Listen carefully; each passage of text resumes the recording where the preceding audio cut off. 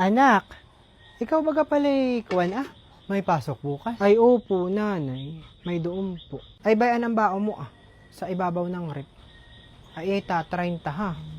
Magbaon ka na lang muna uli ng kanin at ulam. Pasensya ka muna at ako'y hindi nakahanap ngayong araw at wala namang gustong magpagamos at magpalinis ng bahay. Ay ayos na po ito, nanay.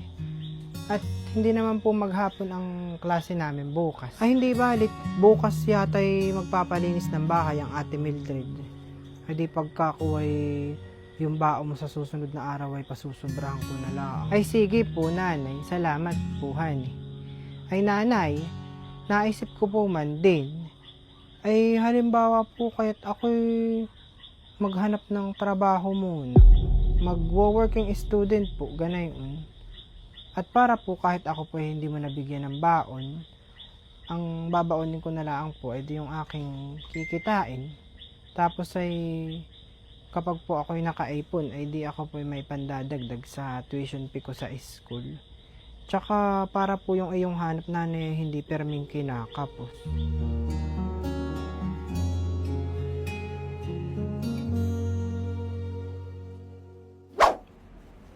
Mildred, ay ikaw bagay pero may nagpapalinis na itong iyong bahay? Ay minsanan laong. Kapag kakuan ako'y naiipunan na dito ng kalat, tapos ay hindi ko na magawa. Ay maigi pa. Ay ako na lang ang uli ang iyong tawagin, honey. Kapag ka ikaw maipagagawa dito sa bahay mo. At ako man din ay doble kayod ngayon. At ako'y may mga estudyante.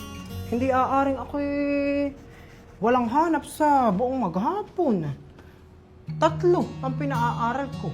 2 senior high school. Tapos ay isang nagkukolehiyo. At ako na may nag-iisa-isang naghahanap buhay. Bakit naman ako'y maagang nabaloy? Ako iniwanan kaagad ng Kuya Cesar. Ay mahirap pala yung ganitong walang kakuwanhan walang katuwang sa paghahanap buhay. Sa akin naman lahat. Pambaon ng mga anak ko.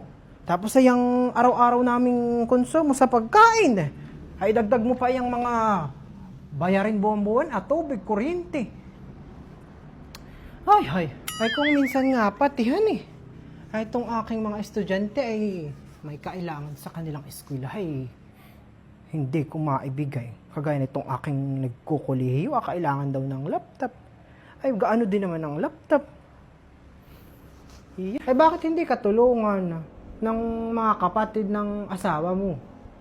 Ay, iiging ang buhay ng mga ayoy. Yak! Mildred. Ay, yan namang mga kapatid ng Kuya Cesar, hindi naman sa pag-aano. Ay, mga kakaiba din ang mga pag-uugali. Yang mga mahirap katrato. Sabi nga nila mas maigi pa nga daw yung ibang tao at nakakatulong kaysa din sa mga kamag-anak Ay siya nga. Totoo yun. Tsaka alam naman nila ang sitwasyon naming mag-iina. Ay kung talagang sila'y tutulong, ay di sana'y noon pa nila ginawa. Di ba ga? Hindi ko na kailangang magsabi pa sa kanila. Ay, iyon lang pala ang mahirap, honey. Ay, hayaan mo. Kapag ako'y may mga ipapagawa pa sa mga susunod, ay ikaw na lang ang tatawagin ko. Kapag ako'y naigihan sa gawa mo ngayon.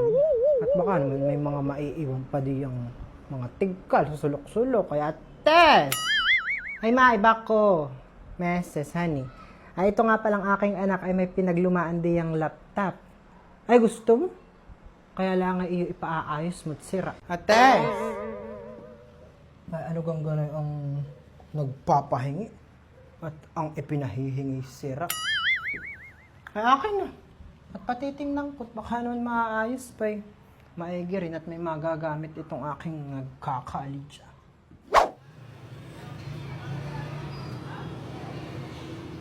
Iha, kayo bagay nag-iigi dito ng sirang laptop? Ay, opo, ma'am. Nag-aayos po kami dito ng sirang laptop. Akin na po. At patitingnan ko lang pong madali sa aming technician, ha? Maupo ka po muna diyan. Ay mama, iba ko po palahan eh. Ay baka kakailanganin mo po ng bagong laptop. Ay lahat po ng unit namin dito ngayong Burmans ay naka-promo. Halimbawa na lang po ito, ma'am. Dati po itong 30,000. Ay ngayon po 19,999 na lang. Aba, malaki pong katipiran. Ito po pati maiging klase at ito po yung Apple. Ang processor po pati na ito yung M1 na. Kung kayo naman po yung medyo natataasan sa presyo na ito, ay meron naman po kaming mura-mura kagaya po na ito. Ito po yung Asus naman, ang tatak. Ay dati po ito yung 8,000 lang, ay ngayon po yung 5,500 na lang. 2-in-1 na po pati ito. Laptop na, ay siya ay pwede mo pang gawing tablet. Nanay, maganda po itong binili mong laptop, honey. Malaki po pati. Atis, ay nanay, para naman pong itong binili mong charger ay mali. At hindi po kasya. Ay paano po ito mag-charge? Ay, hay anak. Iyang laptop ang mali. At yan na may sira.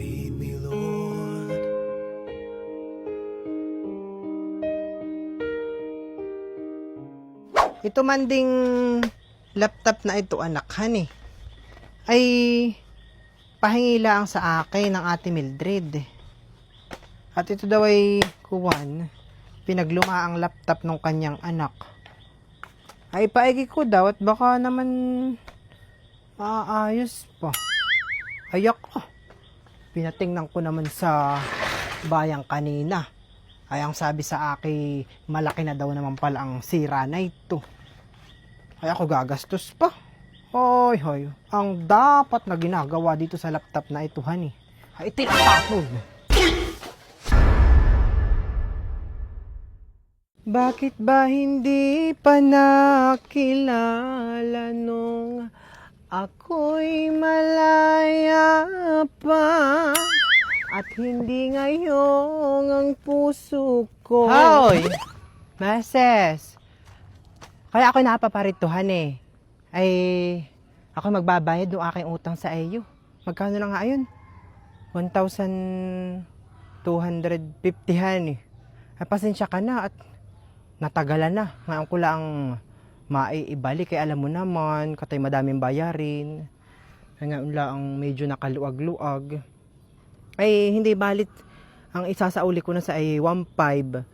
At nang para naman sa abala, doon sa yung pirang ipinahiram sa akin. Ay kahit huwag mo na pating dagdagan meses. Ang ibalik mo na lang sa akin, hindi yung hiniram mo. Ay basta meses. Gagawin ko ng 1,500. Huwag ka nang kuwan diyan. Ay maiba ko, honey. Ay dapat man din na ito kahakupong ko pa iaabot sa iyo.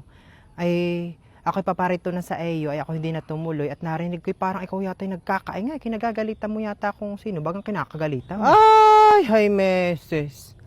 Kung alam mo lang talaga. Ako'y perming pinasasakit ang ulo na itong aking panganay na anak, si Rizalyn.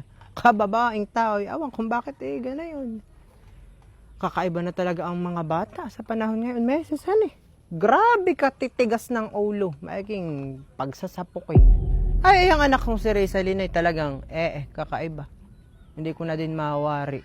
Namamatid na ang lalamunan ko kada dakdak ay parang hindi lang nakakarinig. Ay, awan kung bakit nga ay nagkaganayan. Maayos naman ang pagpapalaki ko sa kanya. Ay, ako naman honey noon ay gamedyo pa sa wedding ka na nanay at tsaka kay tatay. Pero pag ako'y nakakagalitan ay ako'y may natutok yan. Ako'y maalam makinig. Aba, yung anak kong si Rizalyn kung ano-ano nang pinag-iimit ko, parang baliwala lang sa kanya. Ay, hay meses, ay mali ang gawa mo. Kaya ganayan. Dapat ang mga bata ay kinakausap mo ng mahinahon. Hindi yung bobolyawan at lalo lang ang mga yang hindi makikinig sa iyo. Kausapin mo ng maayos. Alamin mo kung bakit yung anak mong nagkakaganayan at ng iyong masolusyonan. Hindi yung magbobunga ka na magkakaingay ka lang, ikaw lang mananakit ang lalamunan. Tsaka alam mo baga meses ngayon may batas, yung Child Protection Act. Iigihin mo. At baka lalong mapasama kahit lang anak mo. Ay, meses. Mahinahon. Ako, hindi sasangayon sa iyo. Kaya lalong nadami ang mga batang matitigas ng ulo ay dahil sa mga magulang na katulad ninyo. Mahinahumbagong. Masyado kayong mababait sa mga anak ninyo. Dapat ay pinatitikim din. At nang may natutok yan at nang nakakatanda. Child Protection Act bagang sinasabi mo. Ay, wala sa akin yung batas-batas na yan. At tingnan mo nga. At sa eskwelahan, ang mga maestra hirap na din kung paano i-handle ang mga bata sa sobrang titigas ng ulo. Dapat ay sa bahay pa lang ay tinuturuan na natin ang leksyon at nang nagsisibait. Dapat ay may takot sa magulang.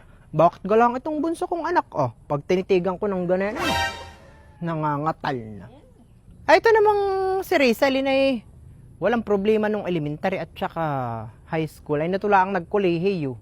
Ay parang ako naiibahan na. Ay palibhasa nga ay napabarkada na sa kung kani-kaninong anak ay masasama ang impluensya at nangatoto na pati magsipag-inom. Ay, awan sa iyo! Ay basta't ako hindi sasangayon sa iyo. Kita nga. Aba, huwag ka sa mga ayon. Hindi ko pinipilit. Kata walang pakialaman at kata naman ay may kanya-kanyang buhay. May kanya-kanya tayong pamamaraan kung paano natin palalakihin ang ating mga anak. Kaya huwag kang pakialamin. Baka na yung bayad mo. At ikay lumayas na. Pumarito ka lang naman para makikiswing. Ay, meses, ay yung wallet ko pala ay wala dito. Nawawala, hindi ko alam kung nasaan. Hahanapin ko pa, saka na kita bayaran. Pag magaling ka na, palyado ka.